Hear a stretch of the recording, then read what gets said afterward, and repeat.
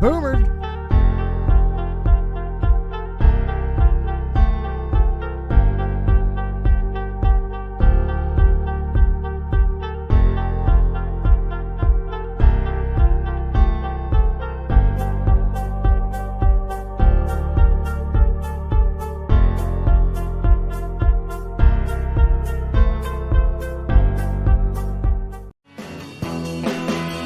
Sporking News Podcast presents The Beatles Early Years, a retrospective.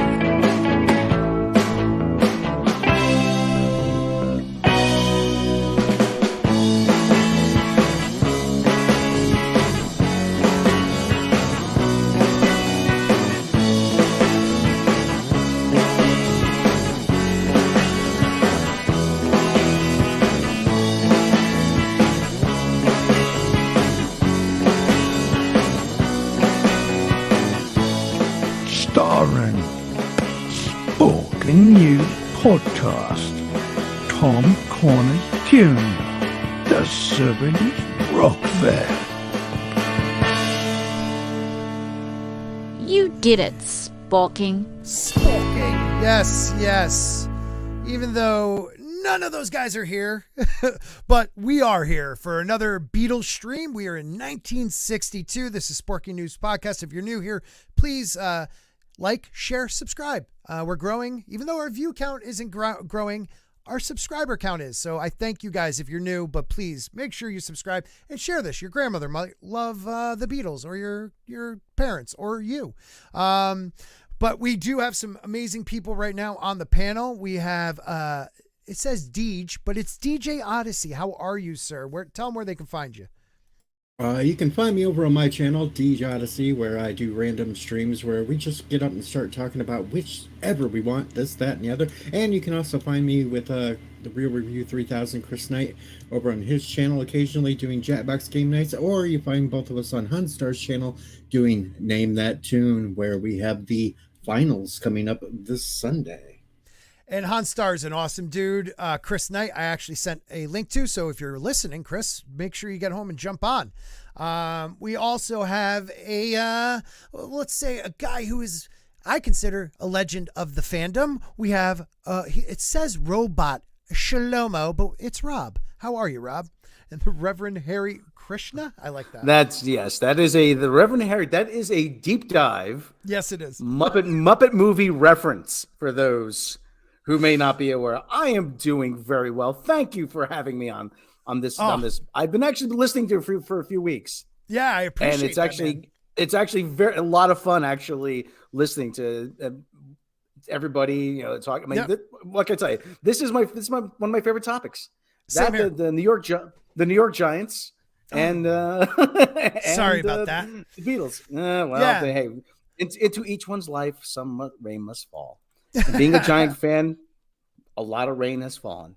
It's been a deluge over the years. You did beat us twice, so I say us like I used to always say us, but really it's the Patriots. They don't pay me, so whatever. I love football. So I'm so sick of crappy TV, crappy movies. I do bitch about things. That's fine. We all do, but it's like I want to talk about stuff I like, and I like music. I like sports. And I like, good TV. So we thought this was going to be like a 3-week stream, and it seems it's going to be a little bit longer because we're only in 1962. Mr. Grant Gregory, who's usually with us, I hope all is well, my friend. Australian $2. You could always sit backstage if you don't want to join us, and you could just do the chat stuff, even though I don't think you have that link. But anyway. It's the Beatles, a retrospective. Yes, it's the Beatles, my famous, well done English accent.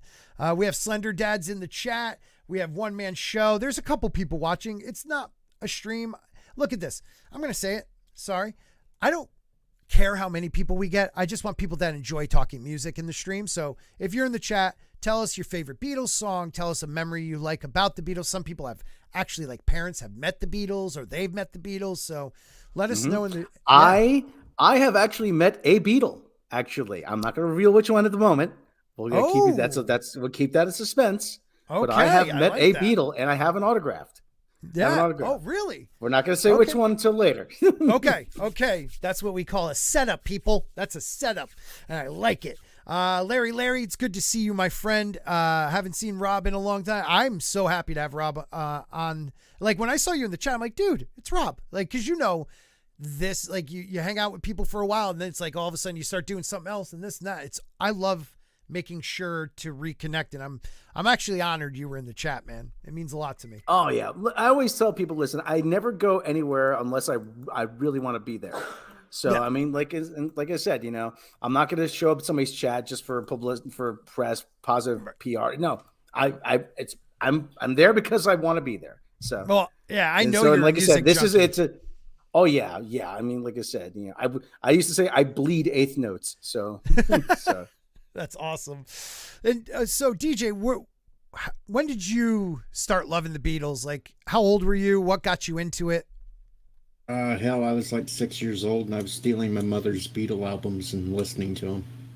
That's awesome, man. And I appropriated them all. They're now mine. It's funny because my dad always listened to 50s and 60s music when we were younger, and I've always known the Beatles. A lot of the early stuff was mostly on those type of like, Big D 103 rock, station. It was always the old, like early 60s. And then it was like when I got into high school, it was literally my next door neighbor and church group that introduced me to what the Beatles really are. And they are probably the most influential band, I'll say band, that has ever been in rock and roll. I can't think of another band that has done as much for music and moved music along as much as they did. I mean, you could put, I don't know, the Beach Boys under them. You could put, the Stones under them, but they're in a spot by themselves. I don't know if you guys agree. Oh yeah. I say there's the Beatles and then there's everybody else. I mean, really, that's what I always say.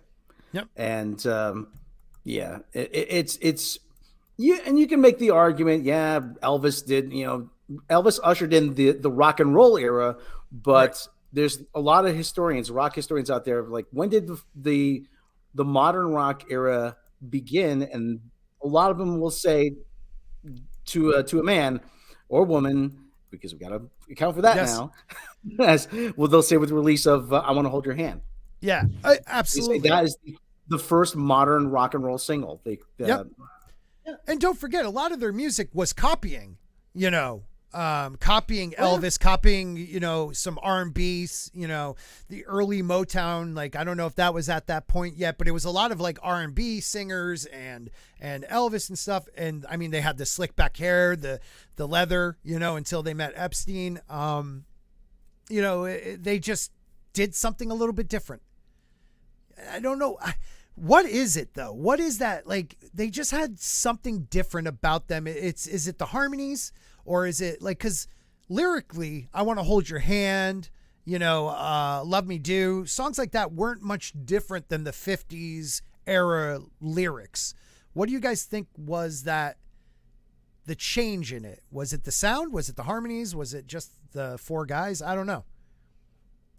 It was pretty much a combination of everything there that you just talked about. They meshed it all together, where a lot of the others couldn't do that sort of thing. Right. George Martin once said about them, he goes, it wasn't so much their music, it was their charm. Right. It was their charm. They were four very charming, because anybody, listen, they were incredible songwriters. God spoke to them, and they were able to channel that into their craft. I could never say that about anybody else. I say that with no exaggeration. But there are four guys someone, and I can't remember who it was. You walk into the room, you could tell these guys were together. Right. Yeah, that's the other thing too. And that it's the self-effacing, like, so just the unbelievable charm they had, and they were having fun, and you could sense that, and that was contagious. And George actually said, we gave people the opportunity to have fun their everyday dreary lives, and people love us for that. Right. And I mean, when we get to 64, there's a reason I believe that Americans truly just fell into Beatlemania. I mean, it was a dark the year before was dark in America. You know, the killing of a president. People felt like they weren't safe, you know, started to escalate a little bit more into Vietnam. I mean, there was the communist thing, like everybody was worried. And then here comes 4 British guys with their, like you said, that cheeky, like, attitude and quick wit. They were very witty, and they didn't give you anything but like the fun of it. And I think that was huge. I think it was really huge. What about you, Deej? Definitely. Well, you know, you just don't leave me much to say when you put it all out there. Yeah, I know Walton warned you about me. He said I could be. I know he did. What did he say exactly? He said something like I could cut or something. What is that? This is a Beatles stream. How do you cut somebody on a Beatles stream? But let's start it off. We're in 1962. We covered some of that already, but we're going to start over because January 1st, 1962, the Beatles record their 15 songs for the Decca studio, the Decca recordings they're called. That was their audition in West Hampstead. How important was that session, even though Decca never ended up actually signing them? Well, that session is probably, I mean, it got them into a studio. You know, they had recorded with Tony Sheridan before in Hamburg. They recorded My Bonnie. But at the same time, it brought them in front of, figuratively and quite literally, in front of the recording industry. Right. And the guy who listened to the tapes is a guy by the name of Dick Rowe. And he said famously, guitars, Brian, on their way out, you know, and which is kind of strange to say at the time because, right. Yeah, I mean, and you got to think he's been kicking himself for the last 60 odd years. Have you ever seen the Ruddles? You've seen the Ruddles, right? I've seen them. It's been a while, but yeah, I've seen them. We were talking about that last week. There's that great part in that where Dan Aykroyd he plays a Dick Rowe type character named Brian Thigh. Eric Idle's interview him. You passed on all those hundreds of millions of dollars in record sales. Yeah, I did. What's it like to be an asshole? Yeah. I'm like, you looking back, I'm like, what? How could you pass on this? I'm like, well, different. Who knows what people are thinking at the time? But he thought, well, do you wonder though? Maybe could it be? I don't know. I'm sorry to interrupt you, but do you wonder if it was the lineup at the time because you still had Pete Best? You know, could it be? Yeah, you just didn't have that tight sound yet. Well, actually, that's actually a really good question. That's actually a very good question. Well, you think about it. George Martin said later that he wanted to replace Pete on the recordings. Right. Have a session drummer come in and use Pete on stage. So, but the other thing too is if you look at those early photos, Pete was the only guy that really wasn't. I don't want to say he wasn't part of the group, but he didn't have the hair. He didn't have the hair. He kind of had that. I wouldn't call it that depressed. He kind of had that introverted look to him. Yep. He wasn't really the most welcoming guy in that photo. I think that's the perfect way of putting it. Yep. Yeah. So you're absolutely right. I was just going to show it to you too, because you made an absolutely perfect point. Like, look at these photos. Like, they all are looking like it almost feels like he's separate, and none of them are smiling, you know. But like, he always seemed like he just wasn't having a good time. He didn't really fit in, did he? No. DJ, what did you think about Pete? Oh, I'm sorry. Go ahead. No. You guys, let's just talk. I interrupt you. Tell me to shut up and go on. I apologize. But DJ, what did you think about Pete Best? Well, you look at Paul, George, and John. They have one look. And then you look at Pete, and it looks like he's still trying to emulate Elvis or something. And he just looks like he doesn't even want to be there.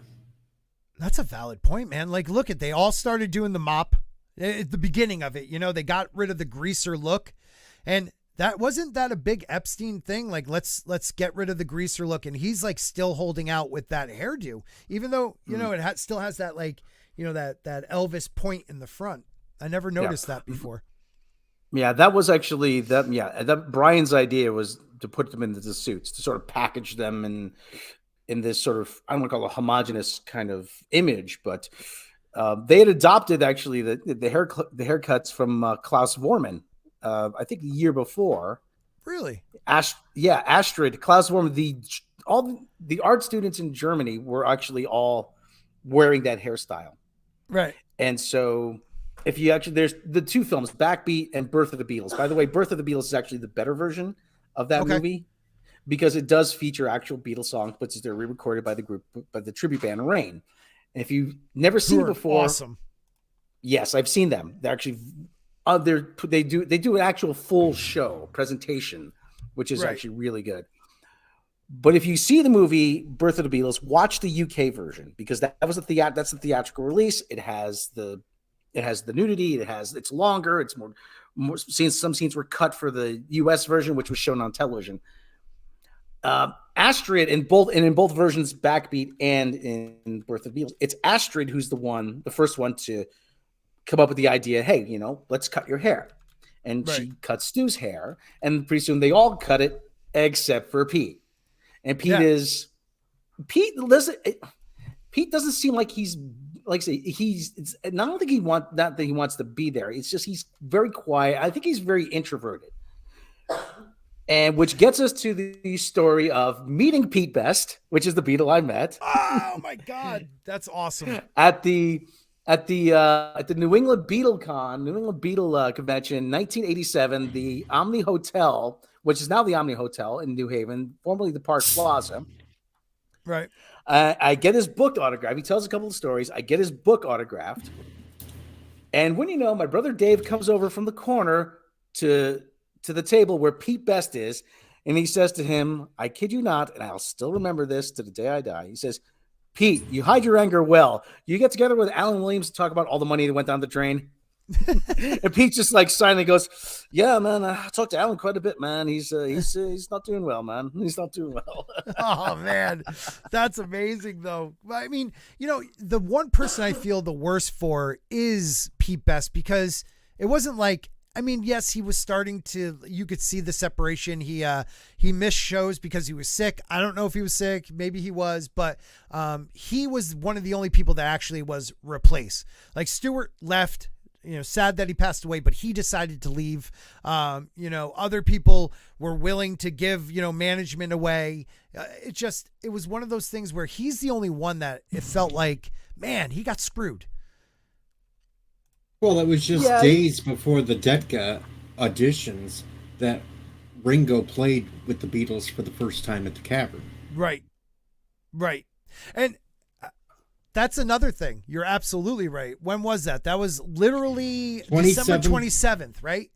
Yep. So, and now January 1st, DJ. Like that, he might have been still feeling a certain way, Well, Pete got his, he got his just desserts actually years later. He got paid $10 million for this story for the anthology series. So, here's a guy who actually, carried that around with him for ages, and hey, you know what? Better late than never. So, yeah. So, Holy crap, but he seemed like a decent, he seemed like a decent guy when I met him. A lot of people say that about him, and he a lot of reports are he was, you could tell disappointment, but not like, he wasn't really at the beginning, maybe because his mom also was angry, but he really let it go and realized, that wasn't his journey. But good for him. He made 10 mil. I like hearing that. Now, how tall is Pete Best? Pete Best, I think, is about 5'10". Okay. I think he's about. John's was about 5'9". I think Pete was about 5'10". Right, because it's John was the shorter of the group when they were together. Then it was I think Harrison and McCartney were about the same height. McCartney might have been a little bit taller, but I always wondered how tall Best was. Yeah, Pete was actually the best loved of everybody in the group among the female fans. Yes, and there was some inkling that John and Paul were jealous of him. Yep. And that's what led to him being replaced. But well, what can you say now? I mean, like I said, it's water. It's water under the bridge, as they say. Right. What was that? I reported last week. What was that guy's name again? He was with the Beatles in 64 and 65 as a journalist. Larry Kane. Larry Kane. Larry Kane. Yeah, Kane.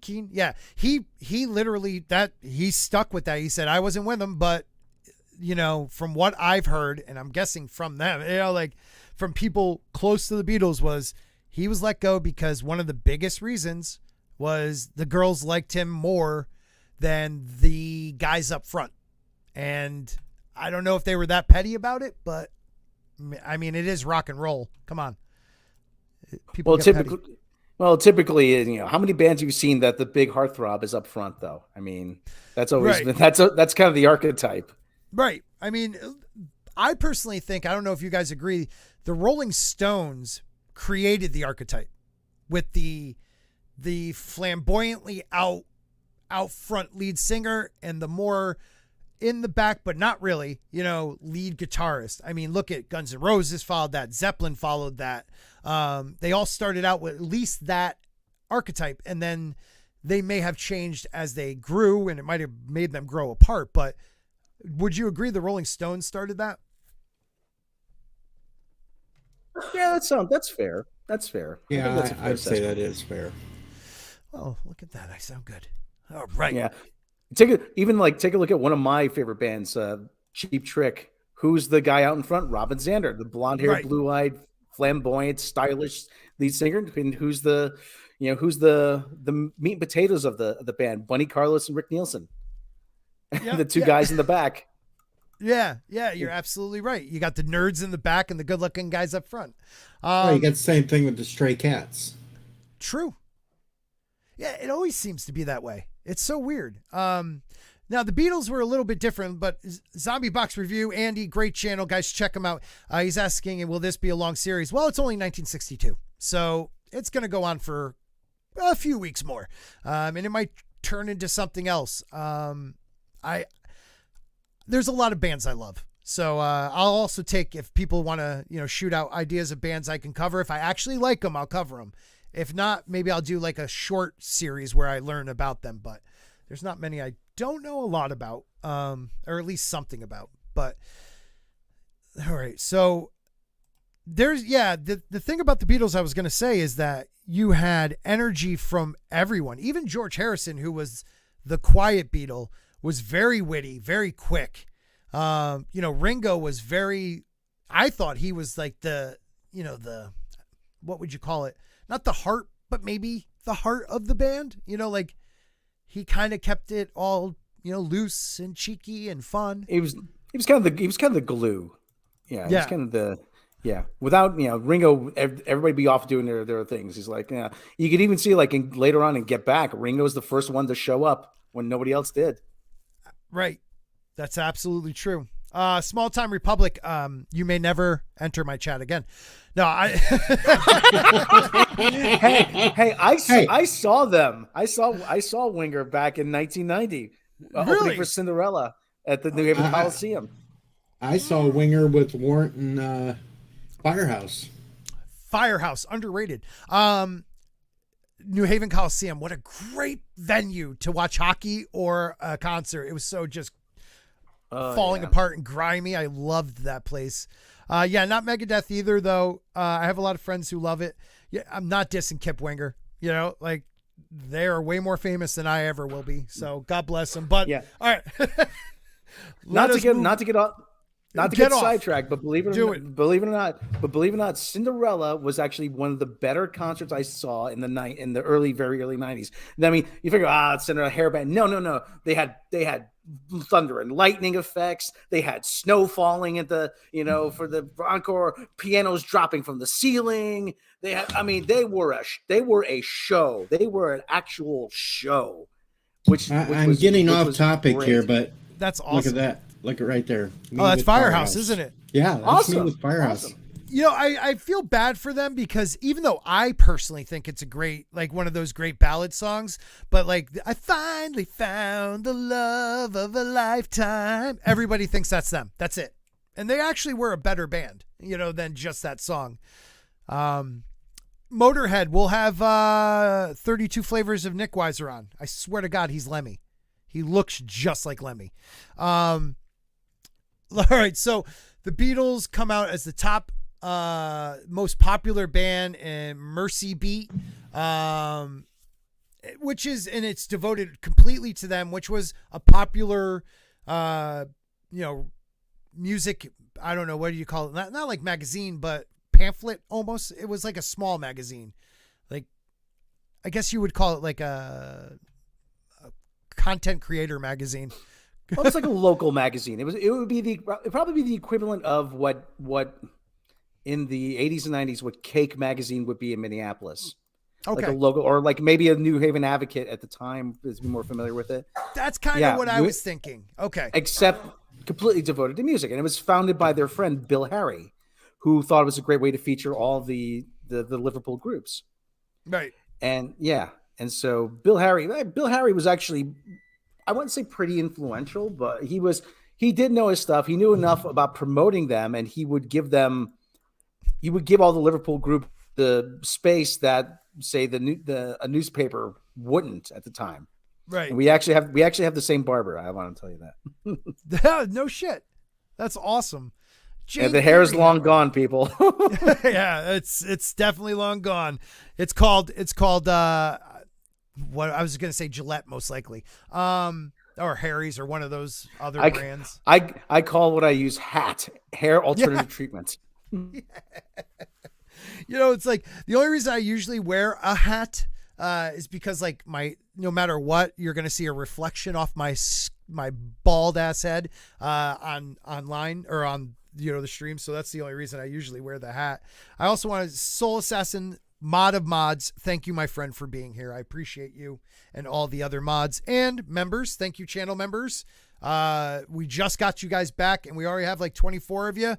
So we're working our way back up over to the 3 digits, which we were at before they demonetized my ass, which, our good friend who I was hoping would be here tonight to promote it.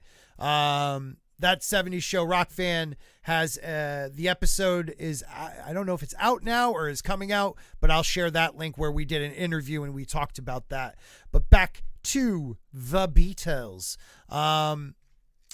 So January 5th, My Bonnie and the Saints is released in UK, and it's credited Tony Sheridan and the Beatles, which I always thought was kind of a big deal. Like, that was a big deal to have their name up there with Tony Sheridan, because he was definitely, even though they were considered the number 1 most popular, he was popular for much longer. I don't know if you guys think the same or not. Let's see. Deej?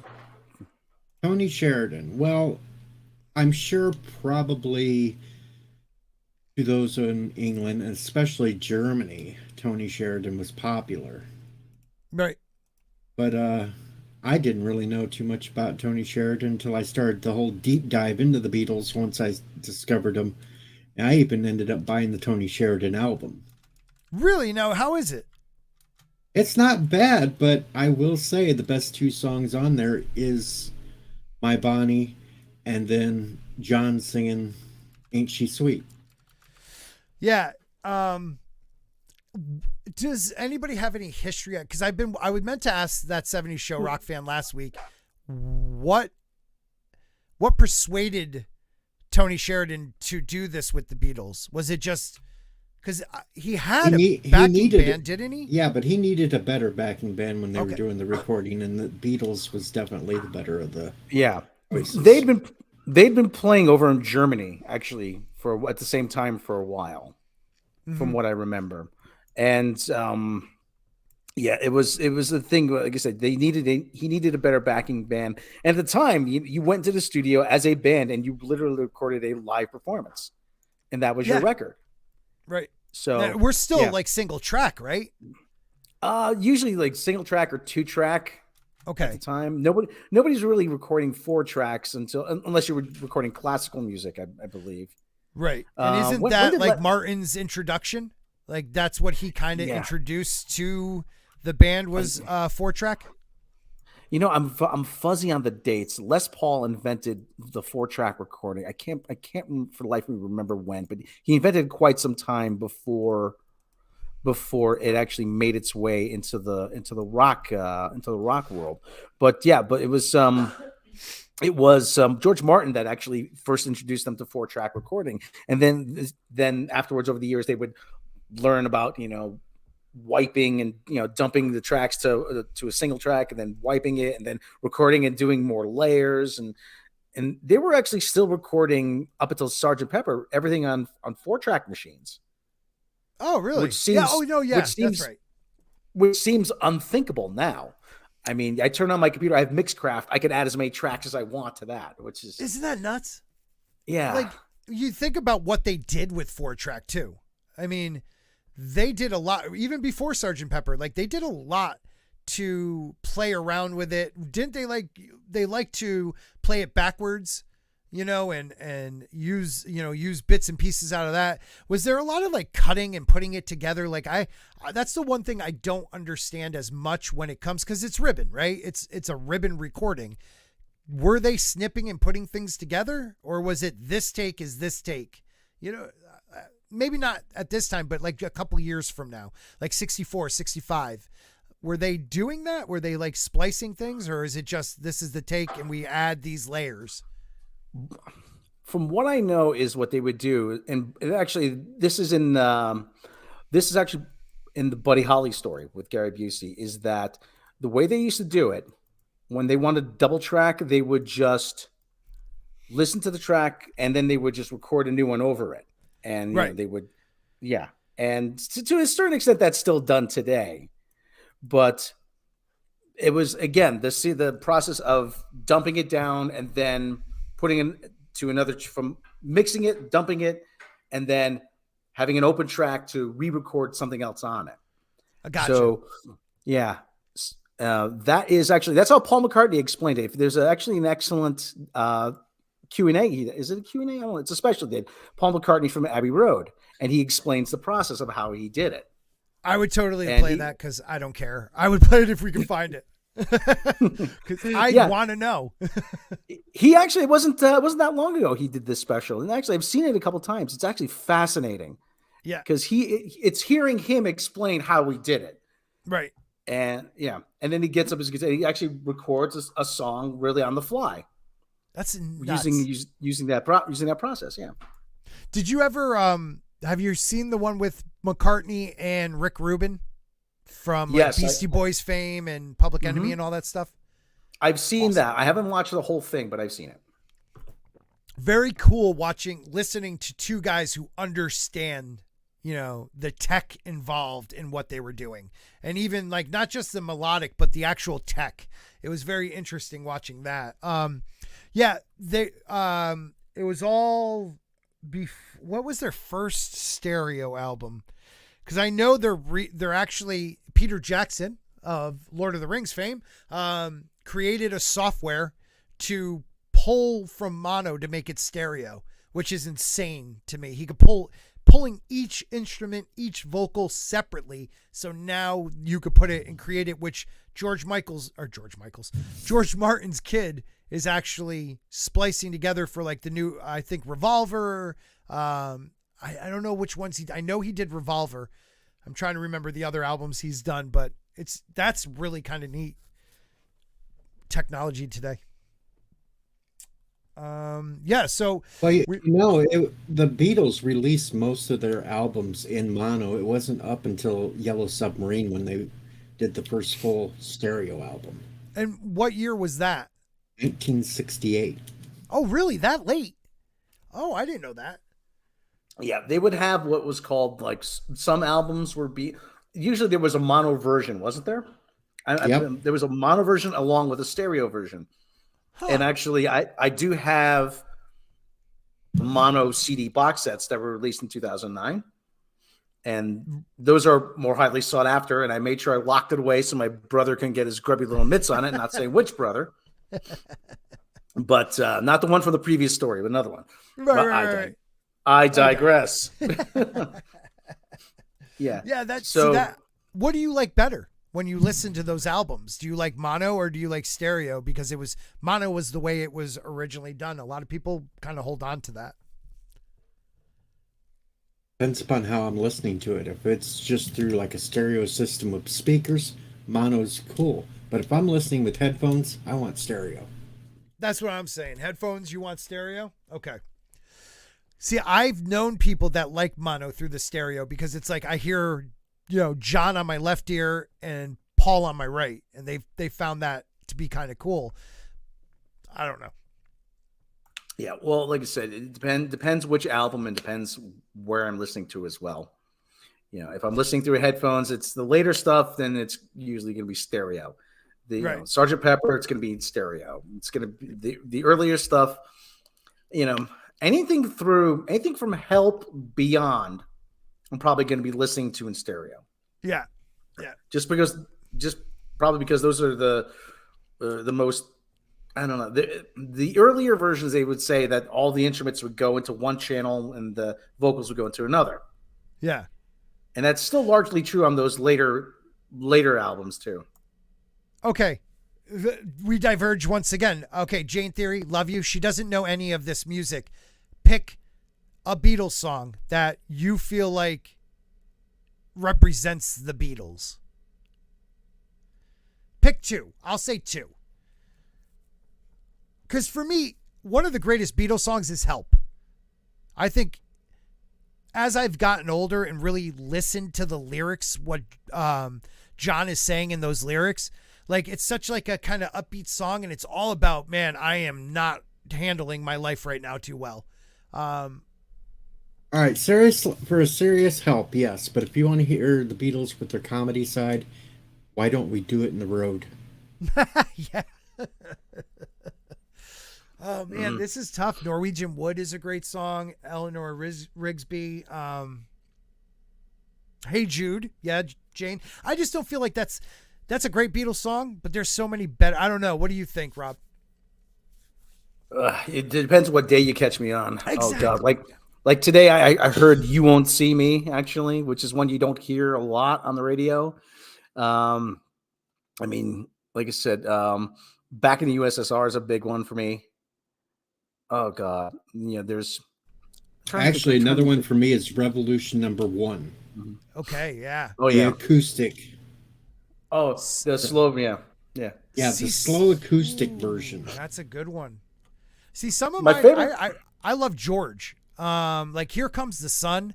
If you're feeling, you want to feel upbeat, is a great song. But Something, to me is one of the best. Like, it's like a love song, but it's also like, I hope I still love you, like years from now. But right now, I love the hell out of you. Good song. Yeah.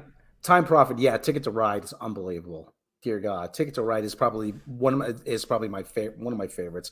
Another one of my favorites actually from the later years is I've Got a Feeling, which I think that's another one you don't hear too often on the radio. So, I mean, I used to annoy the hell out of people at the bar playing I Got a Feeling. Just the intro guitar and then the crash. I got a feeling, yeah. So Or my name, look up my number. Just a short little simple song that they did so many different versions of it and put it all together as one song. It's gold. That's an interesting one, right? That's a very interesting one. Oh man. There's, you know what, Jane? I'm going to make probably a Spotify one, like a Spotify playlist, and I'll send it to you because there are some awesome, awesome songs that are off of all different ones that are just really good. Like for me, for some reason, the Beatles remind me of like a crisp fall day or a beautiful spring day after rain, or like just like the perfect summer day, or like a cozy day near the fire. Like that's what the Beatles mean to me. But then there's other moments where they just are just so awesome and powerful. Like except for the one song. What's the one song? Revolution Number 9. Yeah. There was actually you talk about you want to feel good. You listen to Here Comes the Sun. I always tell this story. There was I can't remember what oh god, it was a while ago, but I was driving in my old truck downtown New Haven. It was cold. It was midnight. Something was the whole day wasn't going well, and then I hear those call letters: WDRC FM Hartford Beatles Weekend, and they play I Want to Hold Your Hand, and I swear to God, even though it was midnight, I could see the sun shining. Right. That's how powerful it was for me that moment. I'm like, the one song I needed at that one time. Yep. And you guys played it. Yep. Like, yes, everything's gonna be okay. Everything's gonna be okay now. You're like, yeah. I love that. That's awesome. Like, dude, I was listening to the Beatles channel and I probably drove for 4 songs, and one was a Beatles song. And it aggravates me because it's like, okay, I don't need to hear Lenny Kravitz doing a cover. I don't need, somebody like, you could literally start with their first, go with the last, and repeat. And I would listen to that channel all the time. Like, I don't need Wings. I don't need the Yoko Ono plastic freaking band, whatever. Like, I could use some George Harrison solo because I love him. But, it's like you could play, there's enough Beatles where you could just play Beatles songs. And that's what bothers me about that. In My Life is an awesome one. Mm-hmm. Awesome. Yeah, I was hearing you guys talk about that last week. That was a good discussion. Yeah.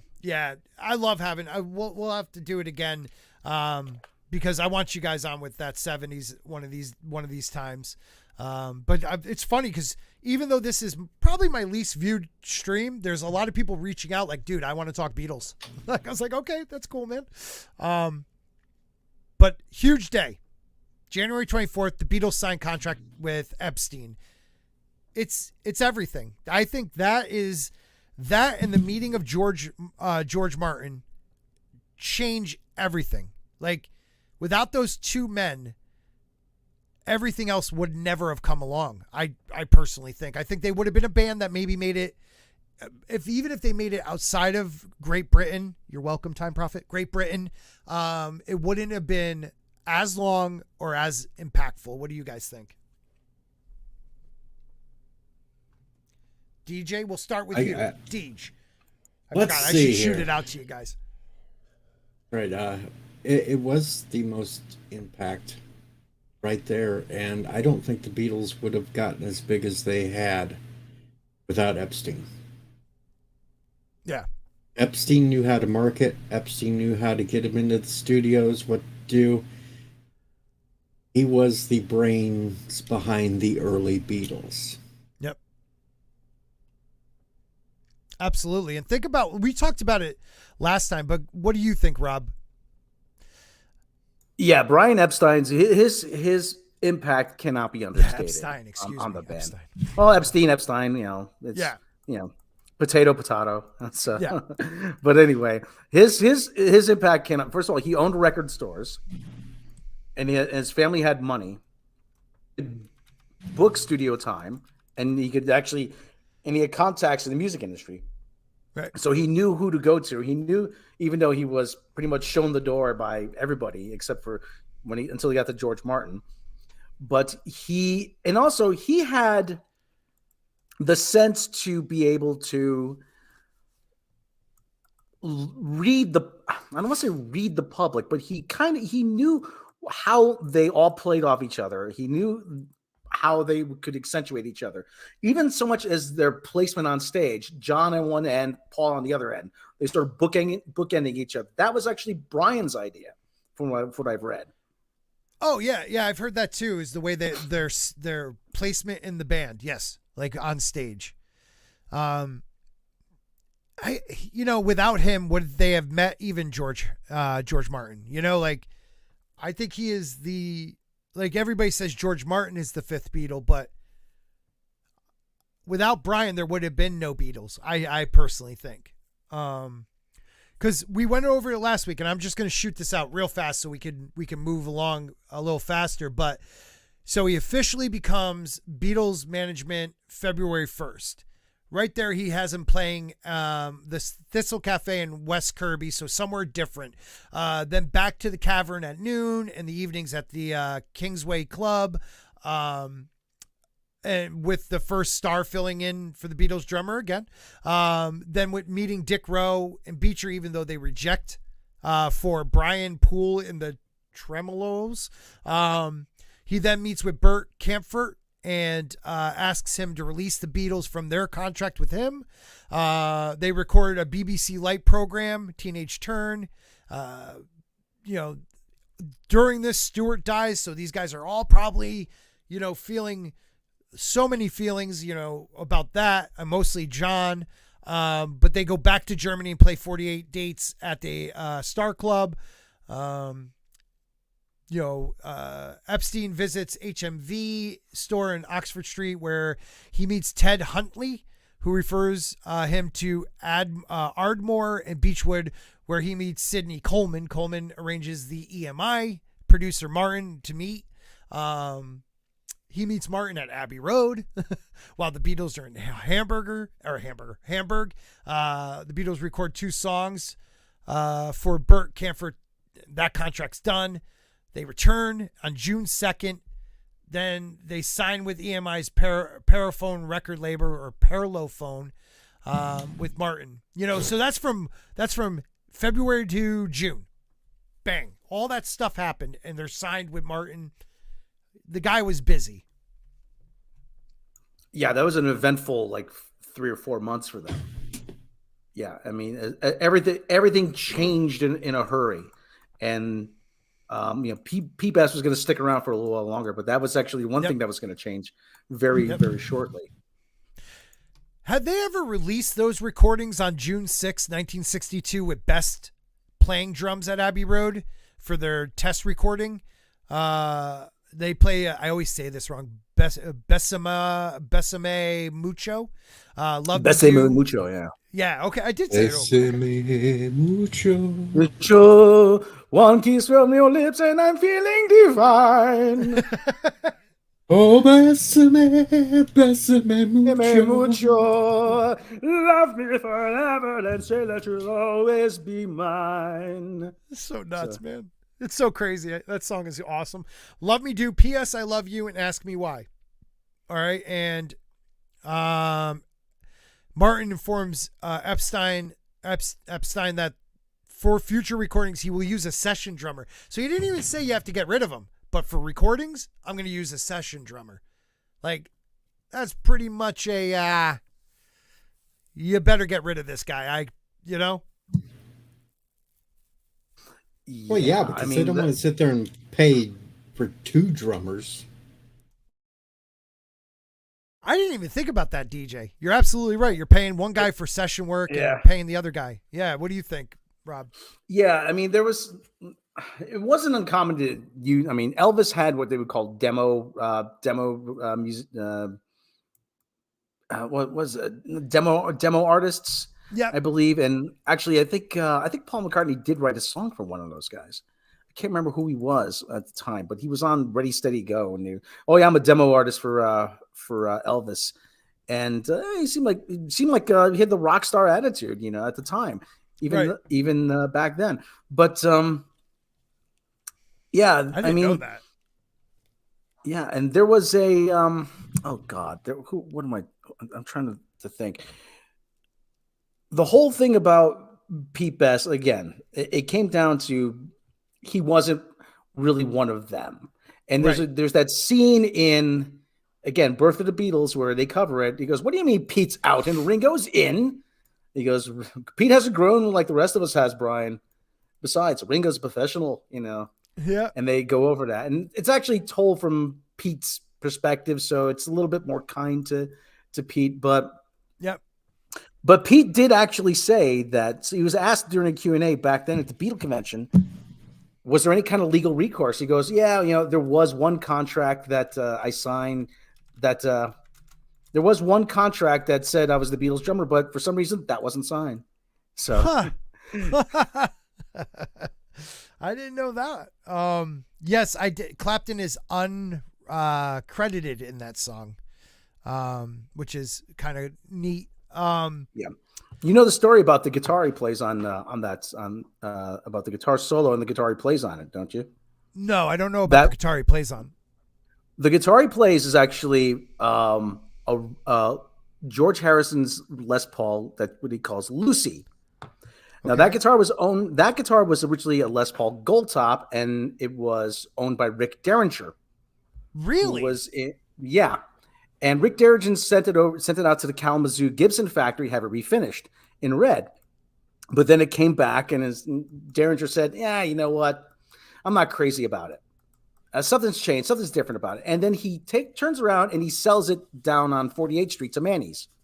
Okay. Eric Clapton walks in to Manny's, buys the guitar, gives it to George, and George says, "Hey, can you play this on?" "Oh yeah, sure." He plays it on the solo.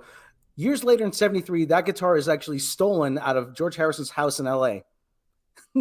And it winds up in Mexico in a pawn shop, and some guy buys it, and George tracks it down, and he has to buy the guy another guitar to get it back. So, but he actually tracks it down. That's pretty cool. Yeah. Well, so that's what I love. I love hearing stories like this.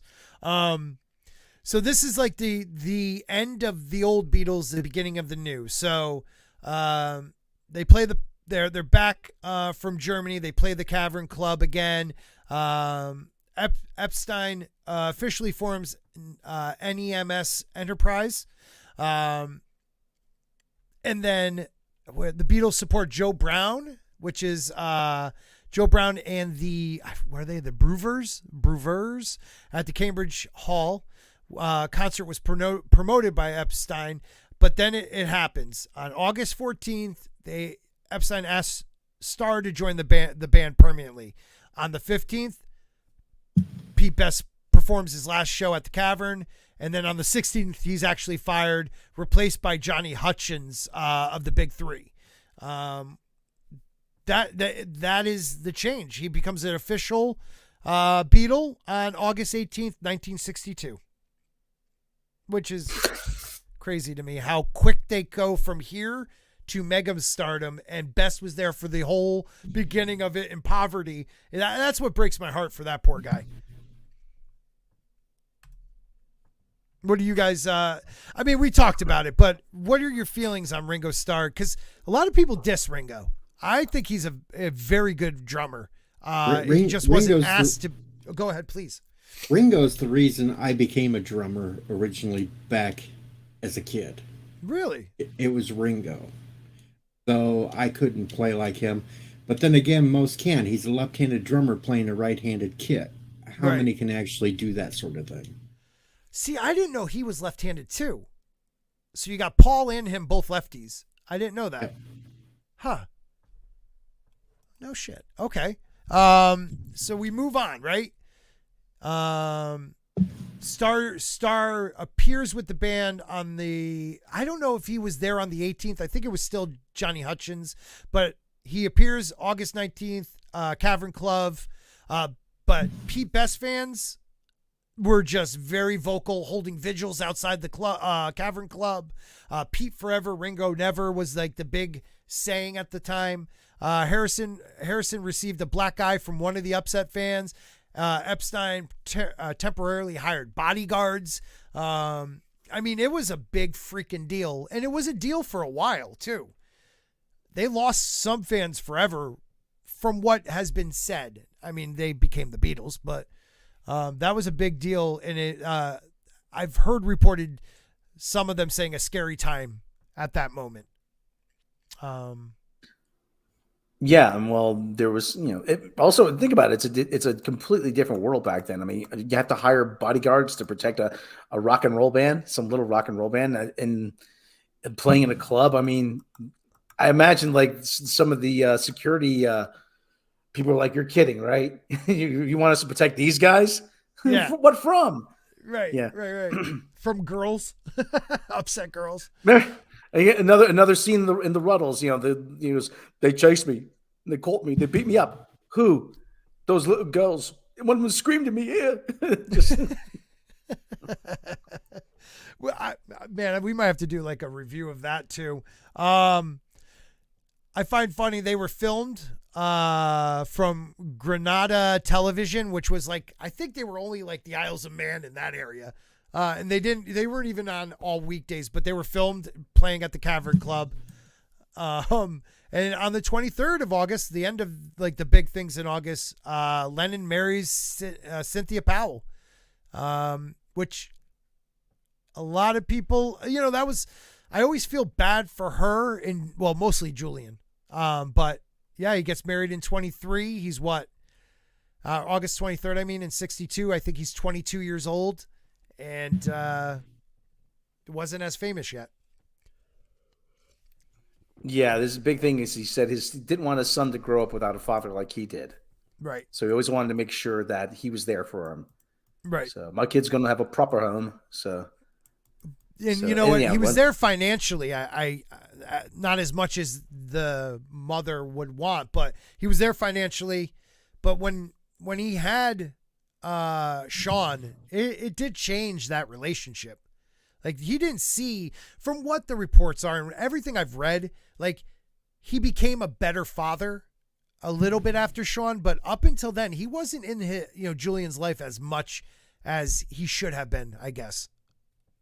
I don't know if you guys know anything about that part of his life.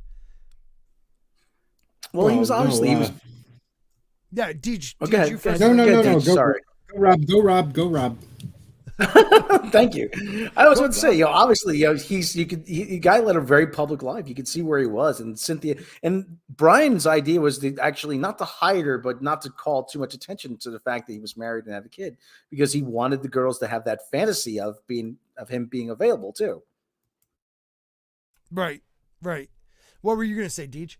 I was just going to say, it seemed that where it concerned Julian, others, especially Paul, was more into his life than John was. Yeah, I mean, he was definitely there to support him, right?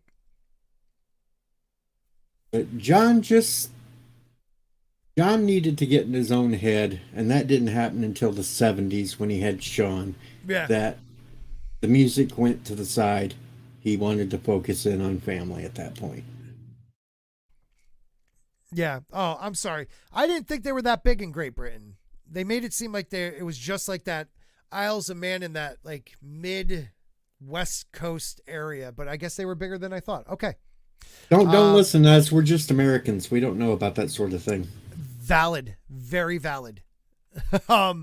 So the Beatles' second recording session at Abbey Road Studio, this time with Ringo, auditioning again for Martin, even though they signed. They recorded Love Me Do and a demo of How Do You Do It. This recording of Love Me Do is published as the A-side for the original UK single. So, I mean, they nailed it. That's in September. Still in September, Lennon and Harrison buy new guitars from Rushworth and Dreppers in Liverpool. I guess, they got a little bit of cash and bought some new guitars. And I think Larry said it earlier. Was it Larry? They went through a lot of drummers because, Andy White played drums while Starr was playing percussion on the third EMI recording sessions. This is the only occasion on which a session drummer is used on a Beatle recording. I did not know that. So Andy White was also used. They record at the end on the same day. So this is the same day they record P.S. I Love You. And then again, Love Me Do. Later will be included on the album Please Please Me. It was performed, but like a slower tempo until Martin says, let me rework this. So September and October, they're working on this records, a couple songs that changed their lives forever. I think Love Me Do doesn't get enough credit. Because it's Hold My Hand, everybody says, correct? Am I wrong about that? No, you're right. I mean, all right, this time, Deej, you go first. No, don't worry. I was going to say it's because I actually like Love Me Do better because of the harmonica parts and everything else and the harmony in it. Right. I thought that was a better song anyway. I love Me Do. What about you? Let Me Do is good. Yeah, Let Me Do is a good song. Yeah. What I mean that's the version that's on the album is actually the version with Andy White playing drums and Ringo's playing the tambourine.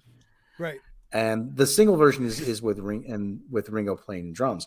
But I mean, the reason Let Me Do only got the number 17 in the UK. And it's really? only 17. Yeah. Which it was good, but they thought they could do better. So as the story goes, when they recorded Please Please Me, when they finished, George Martin walks into the recording studio, comes down from the booth, walks into the recording studio and says, "Congratulations, boys. You've just recorded your first #1 record." He said they were so confident about that. Yeah. That it was almost instantly a hit for them too. Yeah. And it's the first one that they released in the United States too. Please Please Me and From Me to You. So it wasn't, a lot of people thought it was Love Me Do, but it's actually Please Please Me was the first release in the United States as the A-side, I believe. I'm definitely the A-side. So yeah, you have that the Beatles signed copies of their new single at Dawson's Music, so they're promoting, they're going on different radio shows. They recorded for Radio Luxembourg, which was a big thing, and that was at the AMI house for the Friday Spectacular. So this is all in October. Love Me Do appears in the listing of favorite songs in Record Retailer, which is a big deal. The Beatles are a support act for Little Richard at the Tower Ballroom in New Brighton, excuse me. The Beatles make their television debut on Granadas, which is a huge thing in the UK and in Great Britain. I don't know if Time Prophet knew that, but it's a big deal. People and places they played for. The Beatles are interviewed by Clever and Clatterbridge Hospital radio station. They record their next appearance on BBC's Here We Go. Love Me Do enters the UK singles chart like you were talking about. Here We Go is broadcasted. The Beatles make their first appearance at Liverpool Empire Theatre, again supporting Little Richard. And Polydor Germany releases EP title Yaya, crediting Tony Sheridan and the Beat Brothers, which includes the song Sweet Georgia Brown, recorded with the Beatles on their second and last recording session with Bert Camford. That's a lot going on. Those guys were busy. But the Little Richard thing I didn't know that till I was much older, that they played with Little Richard early on in their career. Well, Little Richard was really big back then. Oh, yeah. And actually, I will say Little Richard got a boost because of Elvis Presley. I'm glad you said that, because I was just about to say, without Elvis, I don't know if he would have gotten the intro that he needed, because he was so talented and so he was a front man. Little Richard admits that without Elvis, he wouldn't have got to where he was, because Elvis covering Tutti Frutti just boosted him up even higher. Yep. And it wasn't in 62. I think it was in 63. Billy Preston said that's when he first met the Beatles, was on tour with Little Richard and Sam Cooke. So was it that early on he met them? Because Billy Preston to me he now is, but he didn't get enough credit for what he did with the band, playing the keys and stuff. To me, Billy Preston will always be the fifth Beatle. Hands down. Has to be, right? I mean, how many of the later albums did he play on? A lot of them. Right? He was even on the rooftop when they did their last live concert. Billy was right up there at the top with them. They even they credit him with keeping the band together for that last record, because he came in and everybody was cheerful to see him, and they weren't focused on each other as much. Those recordings, to watch those, what Peter Jackson put together, was really cool to watch. I don't know if you guys caught that documentary. Oh yeah. Very cool. Yeah. It is very cool. Yeah. Billy Preston. Yeah. And you could see everybody, the energy just in the room just change when Billy Preston walks in. Everybody's everybody's much more energized. Everybody's more enthusiastic. I mean, it's just a totally different atmosphere. That's awesome. You just feel it, man. You're absolutely right.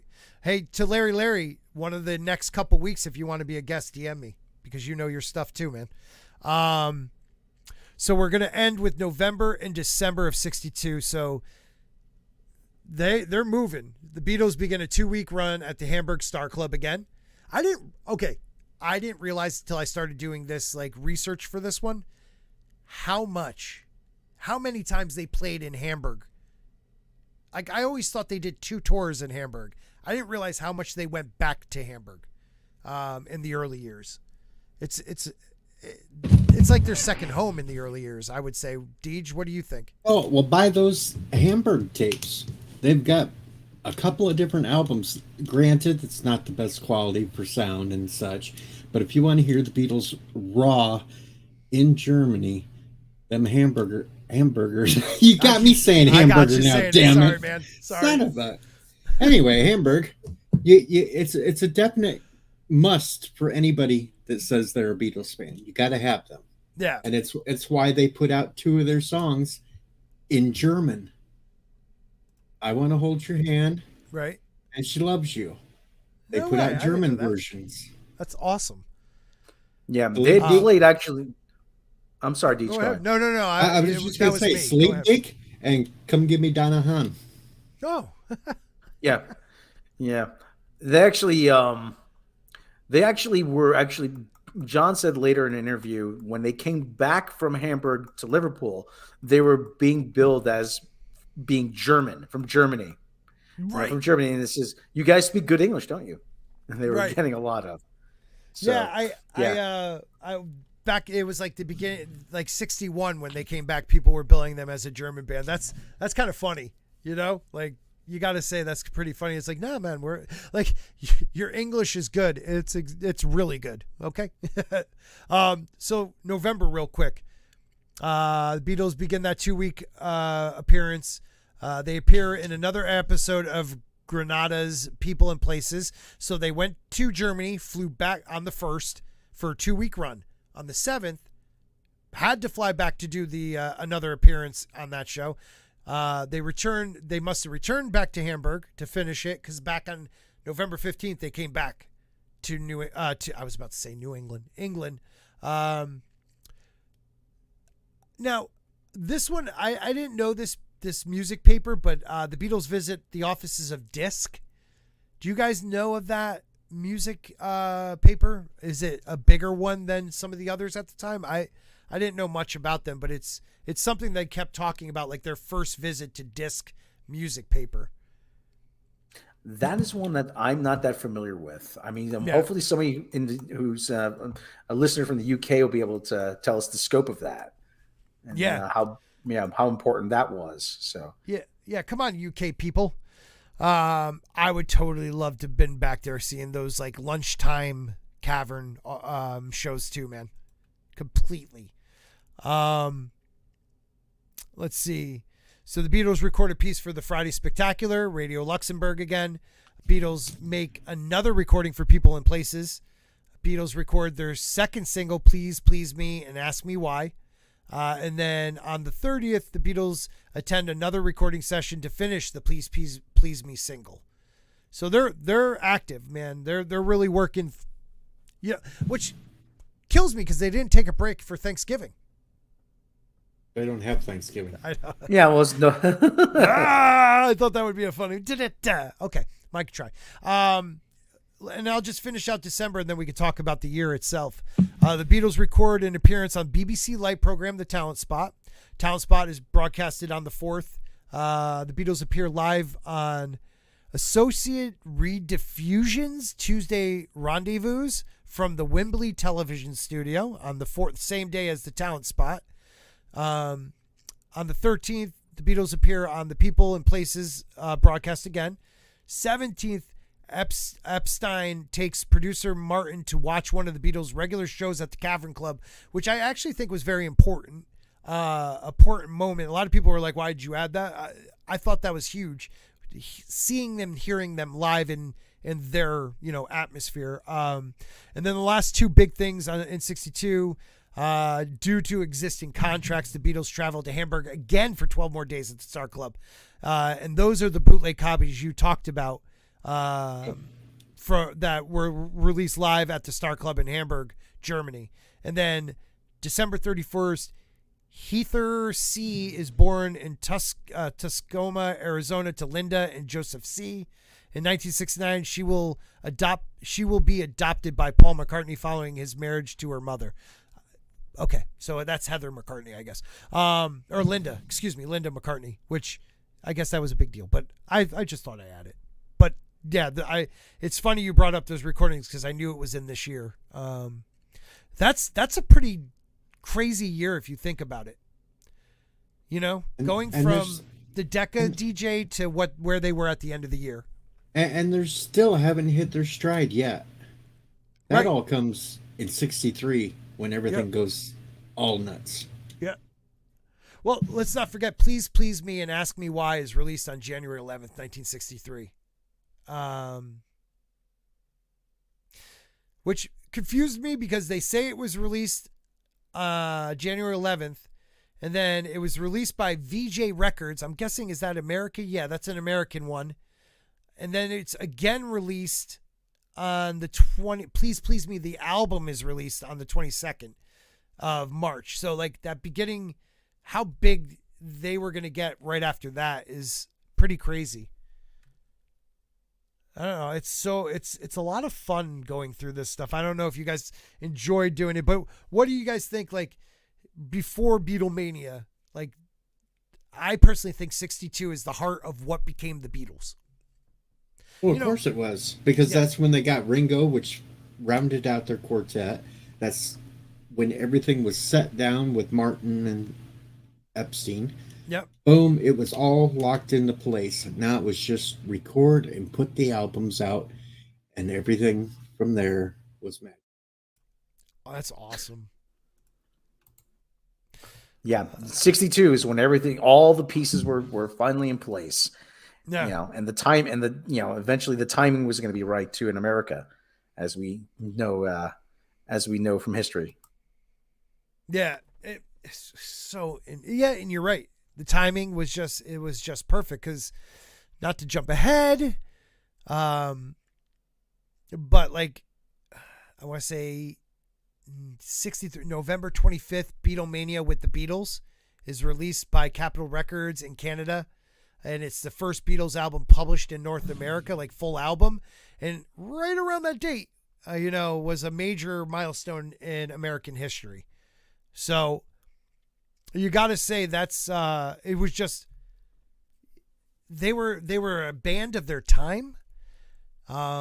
They filled a hole, not just in music, but like in America's soul. Like I think they were more important at certain points to America, and I could be completely wrong, but at least from what I've read and saw, like they were more important at points to Americans than they were to Great Britain.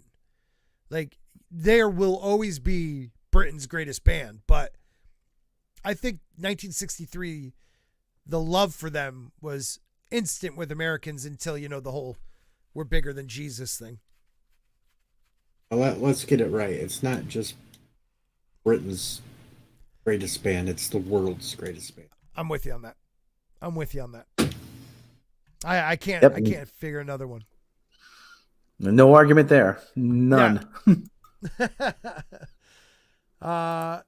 Bear in mind, if anyone goes to the Cavern Club now, it isn't. Yeah, that's what we were. I've been to the Cavern Club. Yeah. Actually, I was in Liverpool in 2010. Yep. And the Cavern Club is actually the fire exit is where the original door used to be. The club was actually reassembled and it was recreated, just a couple doors up the street from it. So let me ask you a question. Is that cool, or is that monopolizing on history? Because the worst thing they ever did was bulldoze that place. But I don't know. I would love to ask somebody, if somebody's been there before and then after, they're going to say the original, of course. But did it have like that? Did you feel something when you were in there? I don't know. Well, actually, I was I'll tell you this. I'll tell you this story. I was in the UK, right? I was in Great Britain. Yep. I took the Virgin train up there. Let me go through my Facebook photos, see if I can find pictures of it. That's Because awesome, I do have please. pictures of it somewhere. Hopefully I can find it. So That would be dope. so anyway, so I'm on the bus and I'm going to the cavern. I'm on the bus taking one of those tours, and son of a bitch, do I not have that? I do have it somewhere. I know for a fact I have it somewhere. Motherfuck. Pardon my language. So the tour guide says, and now we're going past Matthew Street, home of the world famous cavern. And I said, Matthew Street, cavern, and I literally leap off the bus. So I mean, it 12 wasn't pounds be stopping damned. It wasn't No, stopping there? it stopped. It stopped, and I just jumped. I just got on my seat, just jumped it was, and it just, yeah, just like oh man, do I not have? I have it on another computer somewhere. I don't have them on this. Fuck, I don't have this on this computer.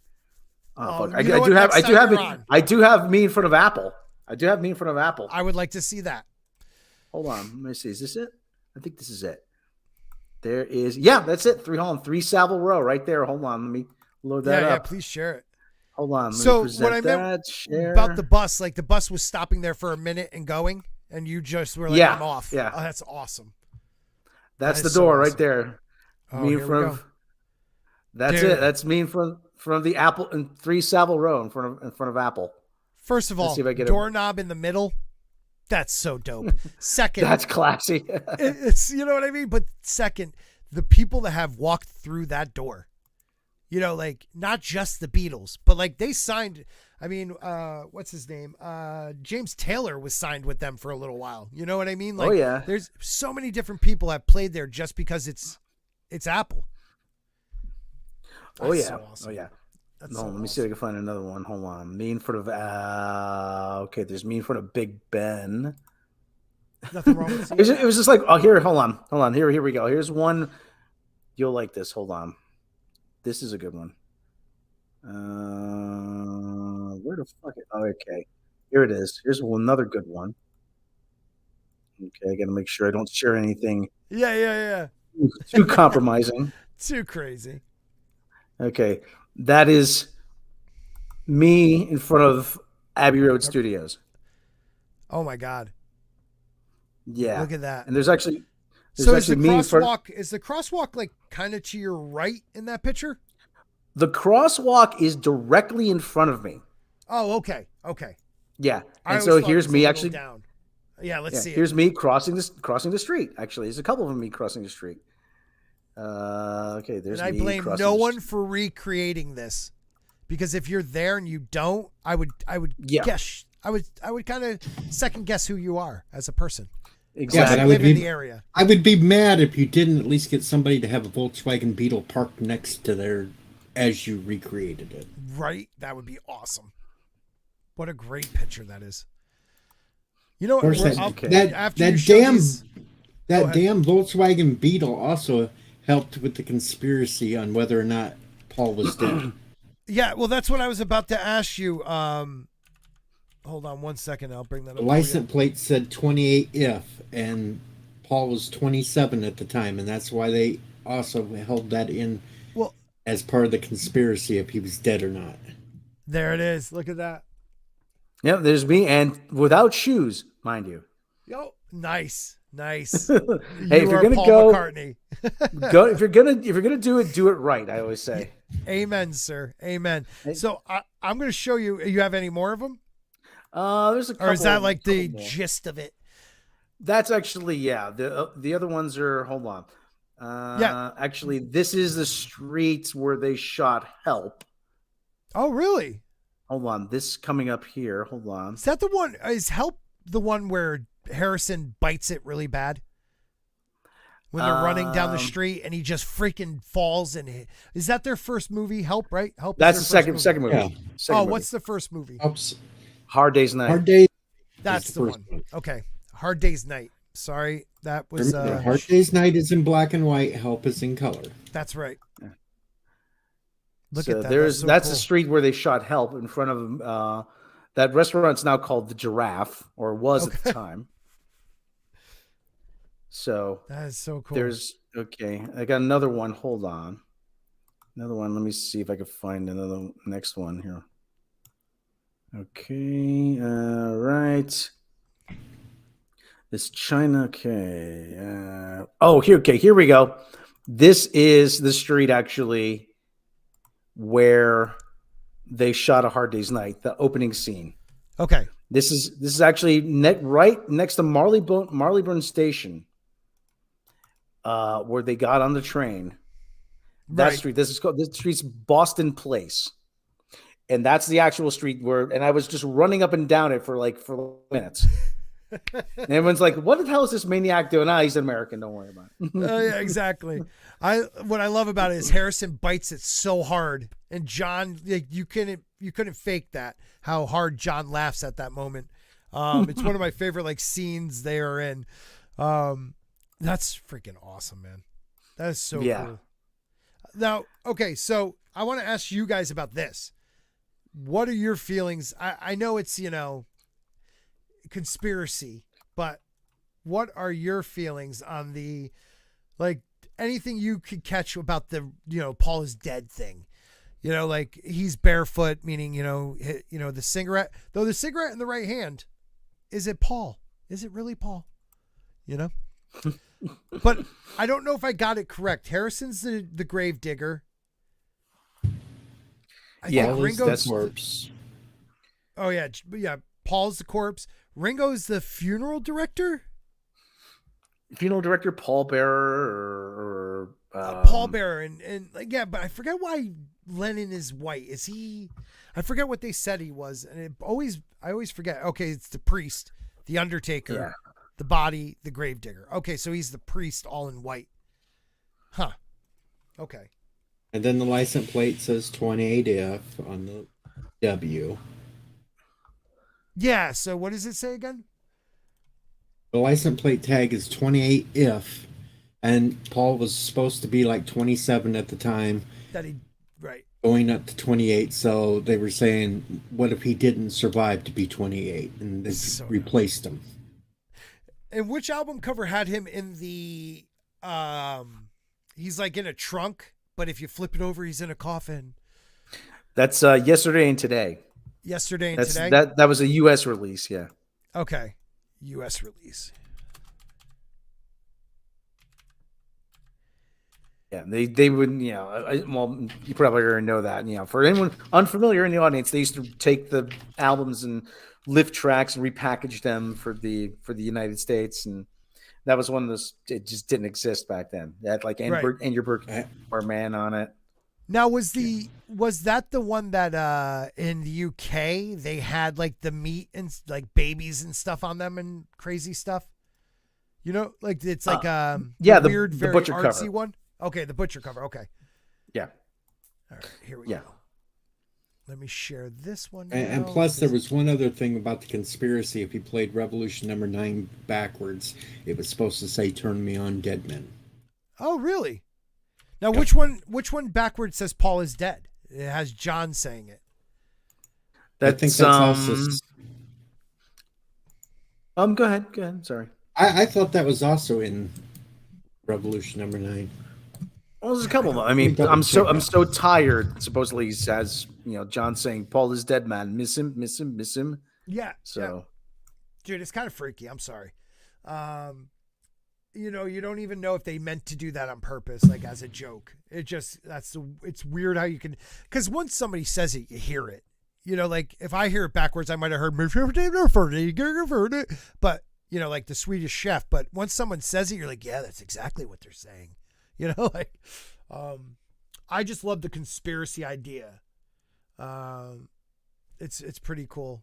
Sporking. Yes, Beatles. Thank you, Zax. You have a show tonight, right? Make sure everybody goes over and checks him out after this. Zax is a good human being. Yeah, this was fun, guys. I had a lot of fun. But it's almost the 1 hour and a half mark, which I like to run these shows a little bit short. I think probably only 30 people watch this, and it's still one of my favorite streams to do. So, guys, share it out. If you're new, subscribe, but most of you probably are just people that really enjoy hanging out with us. So please share it to people that you know are Beatles fans. They don't have to agree with my other stuff, but they might enjoy this. DJ, thank you for coming, man. Let them know where they can find you on the YouTubes and the Twitters and all that good stuff. You can find me on Twitter, just causing mayhem. Still trying to get banned from the director, whatever, producer of Picard this season. I apparently am the only person that can't get banned by him. Let's see. Also, what's his name again? Is that the Mateus? guy? Oh, it is. Yeah, it's the guy Terry that was Metalis. on. Yeah, Metalis. Terry. Why are you trying to get banned by Terry? I don't know. He's banned Bird of Prey 5 for some reason. Really? He's blocked all kinds of people, and I just went and jumped his ass one day about blocking all these people, and I'm still there. So apparently, I don't know. That's kind of crazy to me. He was just on.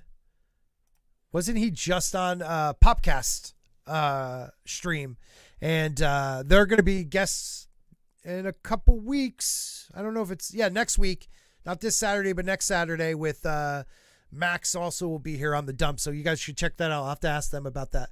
But yeah, I would be shocked. I'm shocked that he blocked you. I'm not blocked. I'm not blocked either, but he blocked Bird of Prey 5 for some reason. We can't figure that one out. One of the nicest dudes. That's so know. Weird. Blocked him. I don't know. We'll have to get to the bottom of this.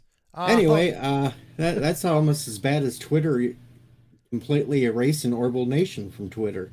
That really bothers me, guys. Over a GIF that is in Twitter's gift library. That is BS right there. And I don't know why this hasn't been fixed. He is like one of the nicest people on YouTube. One of my first friends in this YouTube sphere. Like, I have his number in my phone. PJ is one of the nicest guys, and to delete his Twitter is just crazy to me. The guy usually he's never negative, always about positive stuff in the Orville, and that's something we have to, that campaign, keep going. Blows my mind, man. And then you can find me on my channel doing random live streams. We play Jackbox, do this, that, the other. Talk about pop culture, music, everything else. And then you can find me over on Hanstar's channel Sunday nights doing Name That Tune. We have the finals coming up this weekend, and whoever wins it then has to face me, because they forced me into retirement and made me host because I kept winning too much, I think. I was on that show once, and I don't think I scored a point. No. There's only been one person ever to goose egg on that show, and you were not the person. I wasn't? No. Oh, I thought I did. Maybe I got a point or two. Okay, good. Yay, me. Thank you, DJ. And Rob, let them know where they can find you, and thank you for being here, man. No problem. I am Rob Robot Shlomo. You can find me at my own channel, Robot Shlomo. You can find me over on Twitch at Robot Shlomo. You can find me on where am I? On Twitter at Robot Shlomo. You can find me on Steam at Robot. I'm Robot Shlomo everywhere. There's no shortage of Shlomo. I'm like Visa. I'm everywhere you want to be. There's a few places you might not want me. So there you go. Anyway. Awesome. Thank you, everybody. We'll definitely have these guys back on another stream. I think I have some guests next week, but I'm just blanking on who I told was coming on. But I'll let you guys know. Maybe on Saturday we'll make sure you guys know. But hope to have you guys back. I hope you had a good time. We'll still be in the chat watching the show because I can't miss the Beatles, damn it. I'm proud that you guys were here. Seriously, we'll get you guys back on in another, we'll say 2 weeks if you guys are available. And just be in the chat. You never know. I'll throw it to you next week if the people don't show up. So thank you, everybody. Chris Knight, you had a chance. You blew it, sir. Maybe next week. I'll rub it into him all Sunday. I will rub it into him. Yeah, tell him the 2 weeks he can come on. He's banned for 2 weeks. All right, everybody. Thank you very much for being here. We will play the intro as the outro. Have a good night, everybody. Sporking Youth Podcast presents The Beatles, Early Years, a retrospective.